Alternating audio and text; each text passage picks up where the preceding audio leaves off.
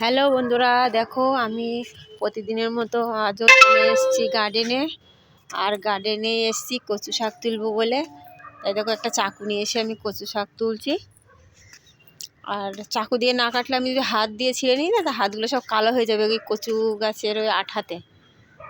তাই চাকু দিয়ে কেটে নিচ্ছি। আর দেখো কচুর পাতাগুলো কত সুন্দর লাগছে, একদম সবুজ। আর হালকা হালকা এখন রোদ্দুর পড়ছে। দেখো অনেক দিন থেকেই ভাবছি যে কচু শাক রান্না করব, কচুর পাতাগুলো একটু তুলতে হবে, কিন্তু টাইমই হয় না। তা আজ টাইম করে আজ তুলেই ফেললাম, বললাম যে আজ তুলবই। আর দেখো টাইমের জলও এসে গেছে। তা আমি যে কচুর পাতাগুলো একেবারে ধুয়েই রাখি, চলো অনেকটা এগিয়ে থাকবে।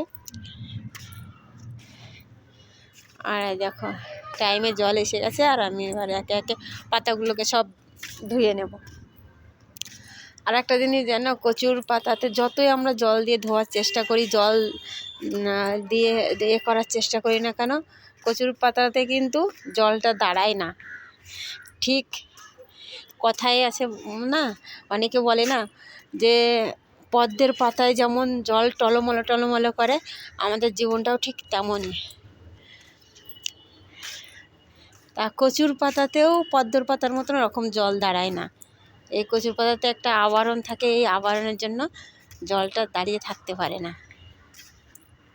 এই দেখো, তবু যতটা সম্ভব যতটা পারি ভালো করে জল দিয়ে ধুয়ে নিই। এই দেখো ধোয়া হয়ে গেছে আমার কচুর পাতা। আজকের মতো এতটাই, সবাই ভালো থাকবেন।